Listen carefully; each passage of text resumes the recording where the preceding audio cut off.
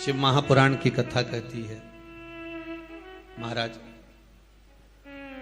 पूर्णिमा का जो चंद्र है वो विशाल का है और उस चंद्र की पूर्णता में हमारी अभिलाषाएं भी पूर्ण हो। आप आस्था चैनल के माध्यम से जितने लोग कथा सुन रहे हैं, फेसबुक यूट्यूब पर जितने कथा सुन रहे हैं और कुबेरेश्वर धाम में जितने कथा सुन रहे हैं, आप में से कितने लोग हैं जो पूर्णिमा का व्रत करते हैं? जो माताएं करती हो जरा हाथ उठाइए। पूर्णिमा का व्रत जो करती है, करते हो ना आप लोग? रखिए याद।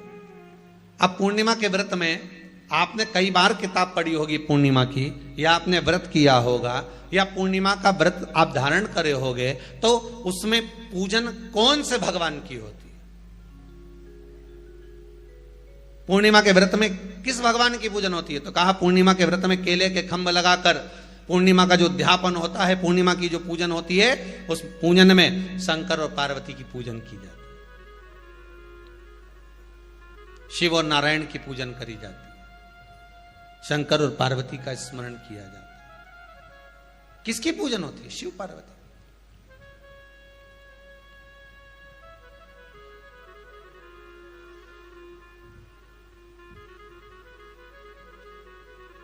क्यों शंकर और पार्वती का पूजन क्यों करा जाता है पूर्णिमा के व्रत में? क्योंकि शिव और माता पार्वती ही केवल एक ऐसे हैं जिन्होंने अपूर्ण लक्ष्मी को भी पूर्ण बना दिया था। किसको पूर्ण बनाया है? लक्ष्मी। पूर्णिमा के दिन अगर आप शंकर भगवान को एक लोटा पानी अगर शिव को समर्पित कर रहे हो, श्वेत पुष्प को रखकर शंकर जी के ऊपर सफेद फूल को चढ़ाकर अगर एक लोटा जल भी, एक पात्र जल भी शंकर को समर्पित कर रहे हो, तो ये लक्ष्मी के लिए ही तो कर रहे हो। और कौन सी लक्ष्मी? पूर्ण लक्ष्मी। पूर्ण लक्ष्मी। आपको पहले भी कथा में कहा, एक बार भगवान विष्णु के सामने लक्ष्मी मैया ने बहुत तेज स्वर में कह दिया था, नारायण, दुनिया के लोग आपका नाम जपते हैं, दुनिया के लोग नारायण नारायण कहते हैं, दुनिया के लोग आपका भजन करते हैं, पर सत्य मायने में कहूं ना तो मेरे बिना दुनिया के लोगों की नहीं चल सकती। मेरे बिना दुनिया नहीं चल सकती, संसार मेरे बिना नहीं चल सकता। भगवान विष्णु ने कहा, ये तो गलत है लक्ष्मी आपका कहना। एक दिन लक्ष्मी को अहंकार आ गया। अहंकार के संबोधन जब माता लक्ष्मी करने लगी तो भगवान उसी समय पर भगवान विष्णु को क्रोध आ गया और भगवान विष्णु ने कह दिया, लक्ष्मी तू इतनी बड़ी बड़ी बात कहती है कि तेरे बिना नहीं रह सकती संसार। मैं तुझे कहता हूं लक्ष्मी, तू अपूर्ण है। तू अपूर्ण है, तू पूर्ण कब हो गई?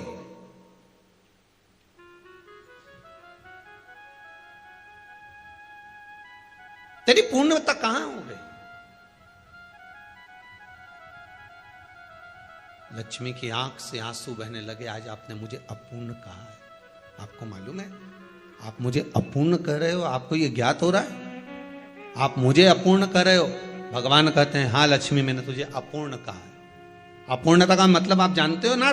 भगवान कहते हैं, लक्ष्मी मैं सब जानता हूं। लक्ष्मी रोती हुई माता सरस्वती के पास पहुंच गई। सरस्वती ने पूछा, क्या बात है लक्ष्मी, क्यों रो रही हो? लक्ष्मी जी ने कहा, क्या बताऊं सखी, मेरे पति ने आज मुझे अपूर्ण कह दिया है। तो क्यों रो रही है तू? अपूर्ण अगर कह दिया, पति ने ही तो कहा है ना, तो क्यों रोना? चल मेरे साथ में। और सरस्वती मैया माता लक्ष्मी को लेकर सीधे पहुंच गई माता पार्वती के यहां। माता पार्वती के यहां जब पहुंची है, माता पार्वती ने लक्ष्मी जी को देखा और सरस्वती को देखा तो पूछा कि बात क्या है, क्या हो गया ऐसा, क्या हुआ, क्या है ऐसा जो तुम दोनों आज मेरे पास में आई? क्या हुआ? पार्वती जी कुछ बोलती, शिव जी का ध्यान माता सरस्वती की ओर और लक्ष्मी की ओर गया और भगवान शंकर जान गए कि आज भगवान नारायण ने लक्ष्मी जी को अपूर्ण कहा है। अब देखें माता पार्वती क्या कर सकती है, इसको पूर्ण बनाने के लिए करेगी क्या? क्या हुआ? माता सरस्वती जी बोली, लक्ष्मी को अपूर्ण कह दिया। अपूर्ण कह दिया? हाँ, तो क्या सोचना उसके लिए? इसको मैं अभी पूर्ण बना देती हूं। माता जगतजननी पार्वती ने गोदी में विराजमान गणेश जी को उठाया और उठाकर लक्ष्मी जी की गोद में दे दिया। ले लक्ष्मी, आज से तू पूर्ण हो गई। लक्ष्मी, आज से तू पूर्ण है। गोदी में जब तक संतान नहीं है तो नारी को लोग अपूर्ण समझते हैं, पर माता पार्वती जी ने संपूर्ण ब्रह्मांड में एक सिद्धता प्रदान कर दी कि अपने गोदी के लाल को, अपने गोदी के पुत्र को माता ने लक्ष्मी की गोद में देकर लक्ष्मी को पूर्ण बना दिया। वो दिन कौन सा था? पूर्णिमा का दिन था। पूर्णिमा के कितने व्रत होते हैं? बोलते जाओ, जरा जल्दी जल्दी बोलो। पूर्णिमा के नारियों को, स्त्रियों को अखंड सौभाग्य के लिए, जो नारी वैधव्य नहीं होना चाहती है, उस नारी को पूर्णिमा के कितने व्रत करना चाहिए? जिस नारी के यहाँ संतान नहीं हो, औलाद नहीं हो, उसको पूर्णिमा के कितने व्रत करना चाहिए? जिस नारी का पुत्र, पति बहुत बीमारी से ग्रसित हो, लग रहा हो कि ये मेरा बेटा बहुत बड़ी बीमारी में घिरा हुआ है, तो नारी को कितने व्रत करना चाहिए? स्वयं भगवान कृष्ण ने माता यशोदा को द्वापर में भी बताया है कि पूर्णिमा के 32 व्रत होते हैं। कितने व्रत होते हैं? 32।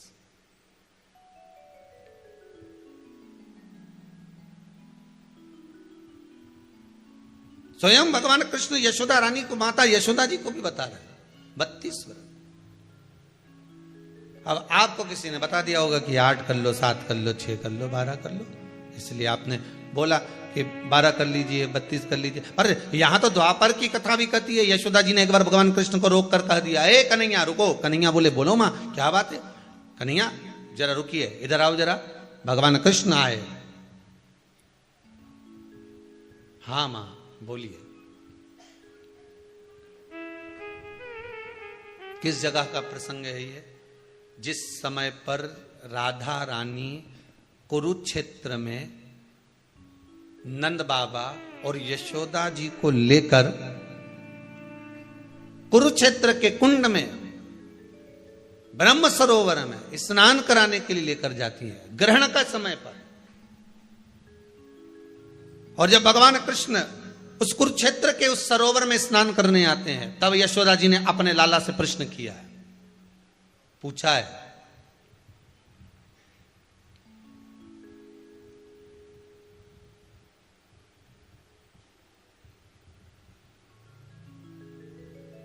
कि नारी वेधव्य होकर ना मरे।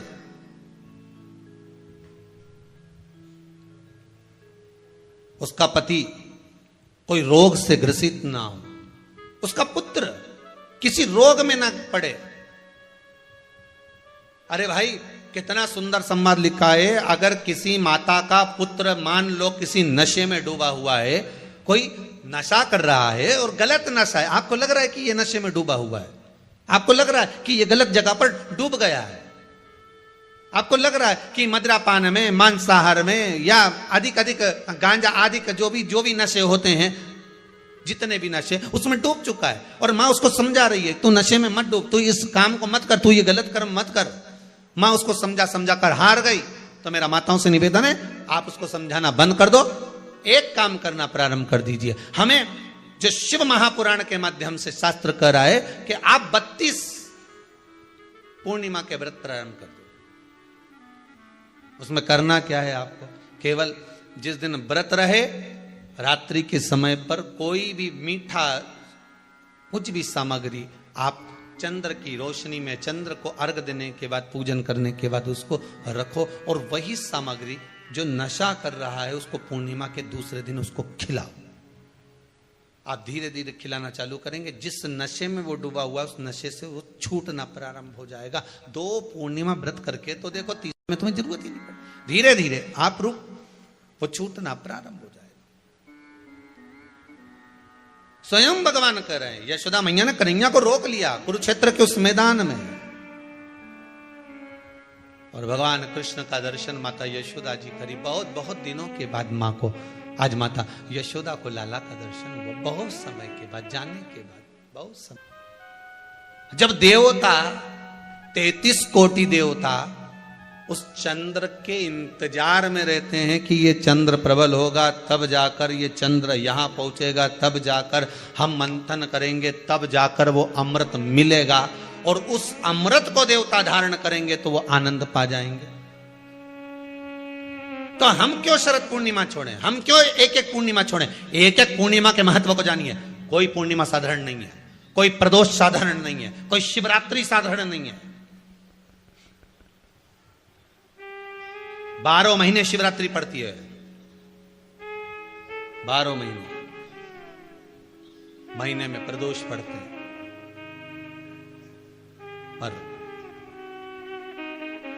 12 महीने पड़ते हैं, हम उसका महत्व ही नहीं जान पाते।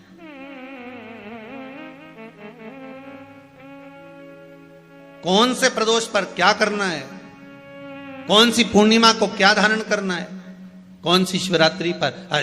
कई लोगों को तो यहां तक नहीं मालूम था कि भाई श्रावण के महीने में भी शिवरात्रि आती है। वो तो बस लोगों के कि शिवरात्रि का पूजन हुआ, तो उसका स्मरण क्यों छोड़े हम? अगर ये वेद और शास्त्र ब्राह्मणों को दिए गए हैं, ये वेद और शास्त्र विद्वज्जन को दिए गए हैं, तो इसका स्मरण होना चाहिए कि हम निकालकर जनमानस तक ये चीज पहुंचाएं कि हमें इस दिन ये पूजन करना है, उसका स्मरण होना चाहिए।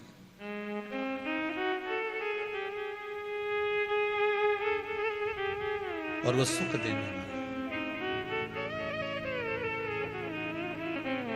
भगवान कृष्ण से यशोदा जी ने पूछा तो भगवान कृष्ण ने कहा, मां, पूर्णिमा का व्रत अगर नारी 32 पूर्णिमा धारण कर लेती है तो वो नारी बेधव्य होकर नहीं जाती।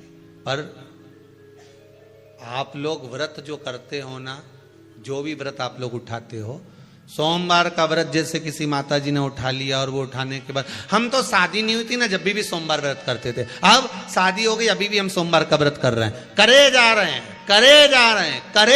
हैं, और उसका कोई उद्यापन नहीं करा, कोई संकल्प नहीं लिया गया कि मैं 5 करूंगी कि 16 करूंगी कि 25 करूंगी कि 31 करूंगी कि 21 करूंगी।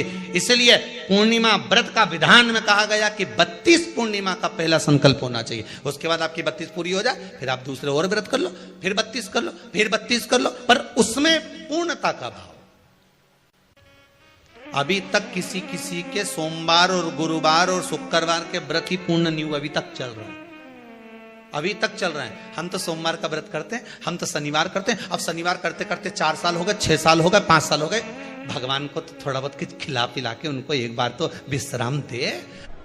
ये जितनी पूर्णिमा के व्रत हैं, जितने 12 महीने जो पूर्णिमा पड़ती है, पूनम पड़ती है, ये भले दुनिया के लोग कहते हैं कि ये भगवान राधा और कृष्ण से संबंध रखते हैं, सीता राम जी से संबंध रखते हैं, राम और कृष्ण से संबंध रखते हैं, पर इनका यदि सही संबंध समझा जाए, इनके सही संबंध का यदि स्मरण करा जाए, इनके सही संबंधों का यदि वर्णन किया जाए, तो शिव और चंद्रमा के जो मिलन का केंद्र बिंदु है वही पूर्णिमा है।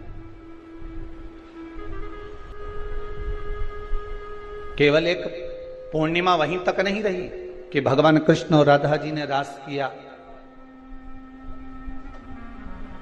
भगवान कृष्ण और राधा जी रास कर रहे हैं, केवल पूर्णिमा वहीं तक सीमित नहीं रही, केवल वहीं तक उसकी सीमितता नहीं है। एक बात ध्यान रखिएगा, यदि काया का रोग हो गया, मान लो शरीर कहीं से सफेद पड़ रहा है, कहीं से काला पड़ रहा है, शरीर में से खाल की फुकड़ी निकलना प्रारंभ हो गई हो, शरीर में काले काले चट्टे पड़ना चालू हो गए हो, या कोई विशेष रोग हो गया,